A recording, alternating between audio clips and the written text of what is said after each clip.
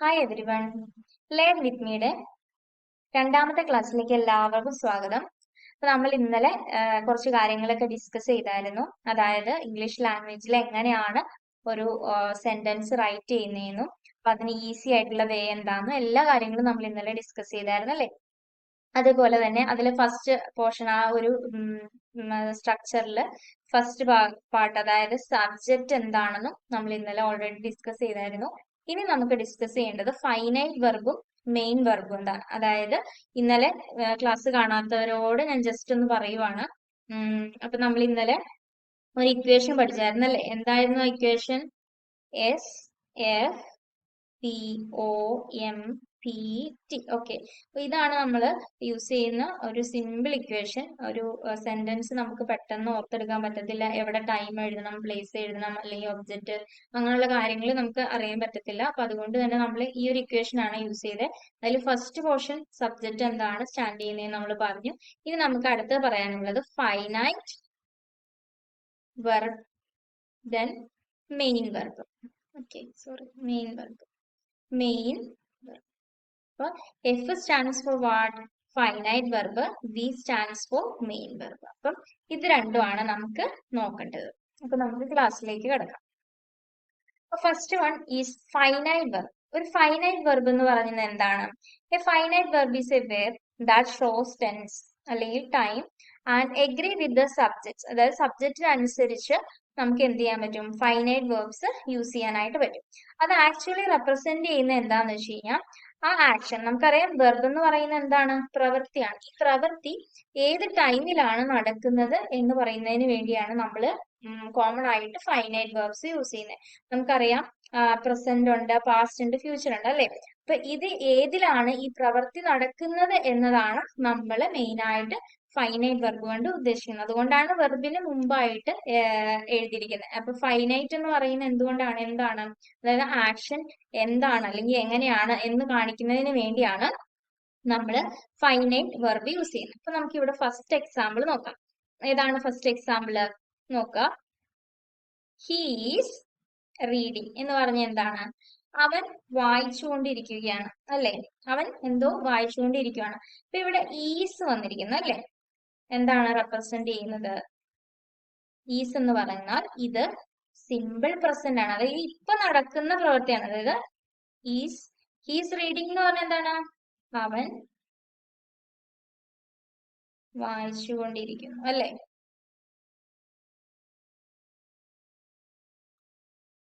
അവൻ വായിച്ചുകൊണ്ടിരിക്കുകയാണ്. അപ്പം അതില് ഈസ് റെപ്രസെന്റ് ചെയ്യുന്ന എന്തിനെയാണ്? ഇതൊരു പ്രസന്റ് ടെൻസ് ആണ് എന്ന് പറയുന്നതിന് വേണ്ടിയാണ്. അതായത് ആ നടന്ന പ്രവൃത്തി, റീഡിംഗ് എന്ന് പറയുന്നതാണ് ഇവിടെ വെർബ്, അതായത് ക്രിയ.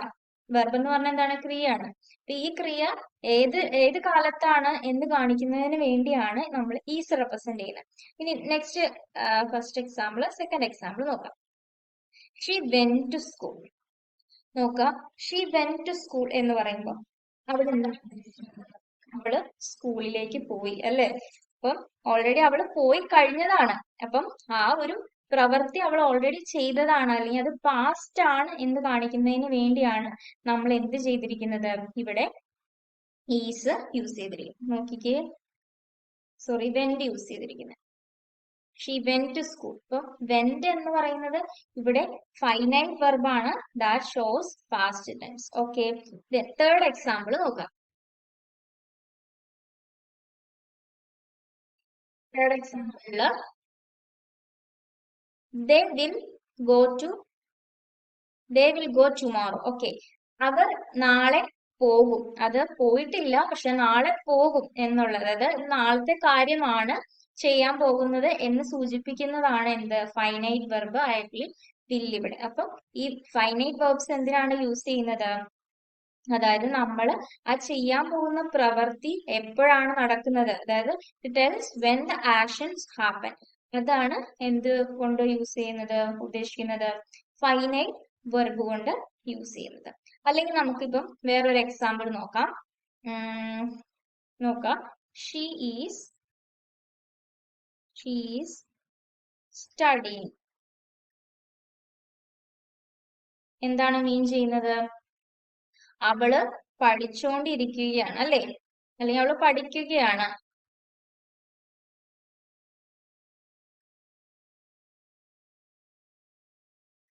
അവൾ എന്ത് ചെയ്യുകയാണ്? അവൾ പഠിക്കുകയാണ് അല്ലെ? She is study. ഇവിടെ ഈസ് ആണ് നമ്മൾ യൂസ് ചെയ്യുന്നത്. ഈ ഈസ് എന്ന് പറയുന്നത് ഈ വെർബ് എപ്പോഴാണ് ചെയ്യുന്നത്? അതായത് ഇപ്പോൾ ചെയ്തുകൊണ്ടിരിക്കുകയാണ്, അവൾ ഇപ്പോൾ പഠിച്ചുകൊണ്ടിരിക്കുകയാണ്, അതായത് പ്രസന്റിൽ നടക്കുന്ന ഒരു കാര്യമാണ് എന്ന് കാണിക്കുന്നതിന് വേണ്ടിയാണ് നമ്മൾ ഇവിടെ ഫൈനൈറ്റ് വെർബ് ആയിട്ടുള്ള ഈസ് യൂസ് ചെയ്യുന്നത്. അപ്പൊ ഫൈനൈറ്റ് വെർബ് എന്താണെന്ന് ക്ലിയർ ആയല്ലോ. ഇനി നമുക്ക് മെയിൻ വെർബിലേക്ക് പോകാം. അപ്പൊ നെക്സ്റ്റ് നമുക്കറിയാം നമ്മളുടെ സ്ട്രക്ചറിൽ തേർഡ് പോർഷൻ ആയിട്ട് വരുന്നത് ഏതാണ്? വി ആണ്. സോറി, SFVOMPT ആണ് അല്ലെ? അപ്പൊ ഇവിടെ എസും എഫും നമ്മൾ ഡിസ്കസ് ചെയ്തു. ഇനി മൂന്നാമത്തെ പാർട്ട് ആരാണ്? മെയിൻ വെർബാണ്. ഓക്കെ, അപ്പൊ നമ്മൾ വെർബ് എന്താന്ന് പറഞ്ഞു? ക്രിയ അല്ലെങ്കിൽ പ്രവൃത്തിയാണ്. അപ്പം ആ പ്രവൃത്തിയില് മെയിൻ ആയിട്ട് വരുന്ന മെയിൻ വെർബാണ് വി എന്ന് പറയുന്നത്. Action that the subject does. അപ്പം ഒരു വ്യക്തി ചെയ്യുന്ന പ്രവൃത്തിയാണ് എന്തെന്ന് പറയുന്നത്? വെർബ് എന്ന് പറയുന്നത്.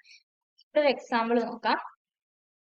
He is reading. നോക്കിക്കേ, he is reading a book. അവൻ എന്ത് ചെയ്തുകൊണ്ടിരിക്കുവാണ്? അവനൊരു ബുക്ക് വായിച്ചുകൊണ്ടിരിക്കുവാണ് അല്ലെ? He is reading a book. നോക്കുക, ഇപ്പൊ ഇവിടെ നമ്മൾ ഫസ്റ്റ് പ്രാവശ്യം നമ്മൾ പറഞ്ഞു ഇതെന്താണ്? സബ്ജക്റ്റ് ആണ്. ഇതെന്താണ്? എഫ് അല്ലെ? എഫ് ആണ്. ഇതെന്താണ്? അപ്പൊ ഇത് ഫൈനൈറ്റ് വെർബാണ്. ഇത് റീഡിങ് എന്ന് പറയുന്നത് എന്താണ്? മെയിൻ വെർബാണ് അല്ലെ?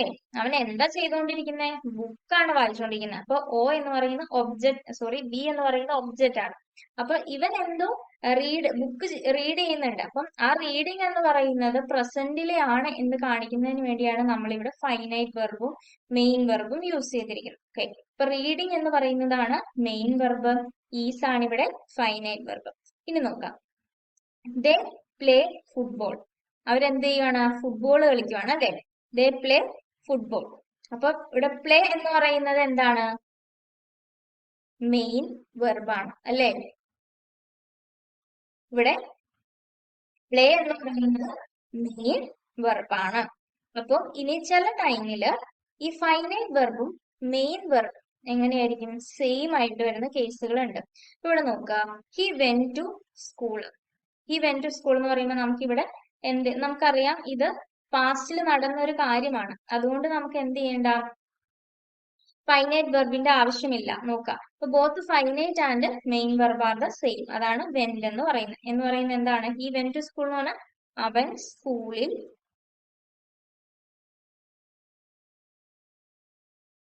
പോയി.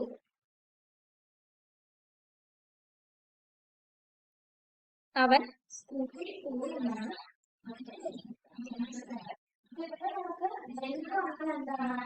Finite and main വെർബാണ്. അവിടെ രണ്ടായിട്ട് പറയേണ്ട കാര്യമില്ല.